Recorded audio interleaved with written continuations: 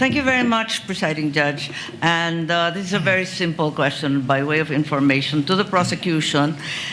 During the Blue Ribbon Committee, a certain Jean Abaya was called as a resource person, as I recall. She was then the operations head of Land Bank Shaw and assumed the position of department manager thereafter.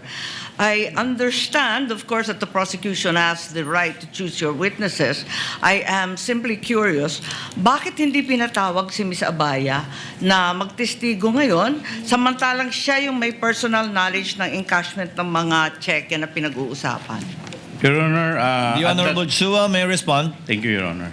Your Honor, at that time, when this check was encash, si Ma'am po, ang ating pong testigo, siya po ang branch manager. Hindi po si yung nabanggit po ninyo. Yes, alam ko na siya yung branch manager, pero yung operations head at that time, si Jean Abaya. As a matter of fact, she was even able to say that the entire amount of the checks was withdrawn each encashment. So, ang lumalabas doon sa House hearing, kung naaalala kong maigi, si Ms. Abaya ang direktang nakipag-deal kay Ms. Acosta, di ba? Your Honor, kung maririnig po natin yung kanyang salaysay, siya po kasi yung nakikipag-coordinate sa OBP. Siya In fact, nakikipag-coordinate or sino ang direktang nakikipag-usap kay Ms. Abaya, kung ganon? Kay Ms. Acosta, sorry. Hindi ba si Jean Abaya? Pwede po Yun ang akong sumagot. pagkaintindi ko doon sa House hearing eh. Pwede po akong sumagot. Yes, please. Si Jean Abaya po, siya po yung next in rank nung ako po ay branch Siya manager. yung? Next Sorry. in my rank. Oo, yeah. Opo. Pero siya ba yung direktang nakipag-deal kay Ms. Acosta ng DepEd? Ako po ang direktang sa OVP po. Nakakapagtaka lang kung bakit nung House hearing, si Ms. Abaya ang siyang nagsabi ng direktahan na yung entire amount ng cheque was withdrawn each encashment. Hindi po kayo. Ba't kaganon? Your Honor, bali po si Gina Baya po ang naging incumbent manager. Siya po yung pumalit sa akin as branch manager. So at that time, tinanong po nga siya. So since operations manager po siya, aware din po siya sa transaction.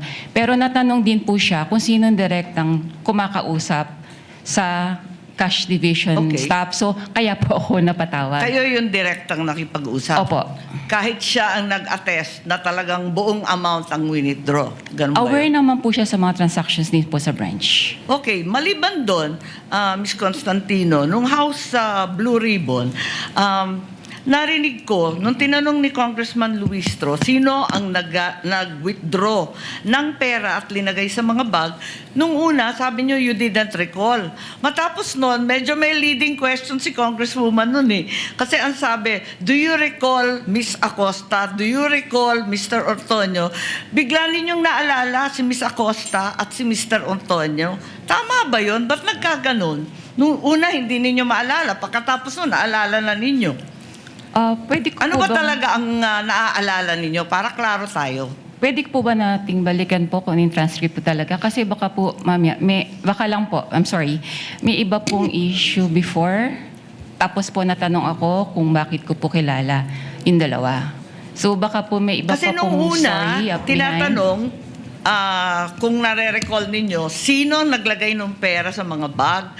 Sabi po ninyo na hindi ninyo maalala. Tama ba yun? Ang pagkakaalala Kindly ko po, wind up. ang pagkakaalala ko, sorry po.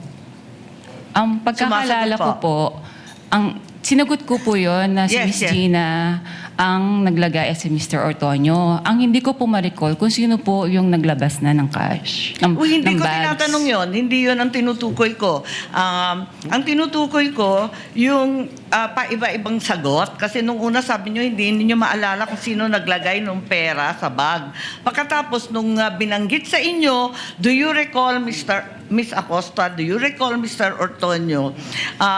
Naalala ninyo kung sino naglagay na yung dalawa. Bakit ganon? Yun lang po. Ang Kindly wind up, pagkakaalam, ma'am.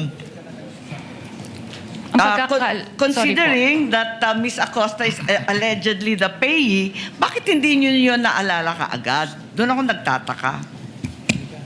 wala po akong matandaan na sinabi ko, na hindi ko ma-recall po yung naglagay ng pera sa bags. Ang alam ko po, nare-recall ko kung sino po ang naglabas ng bags.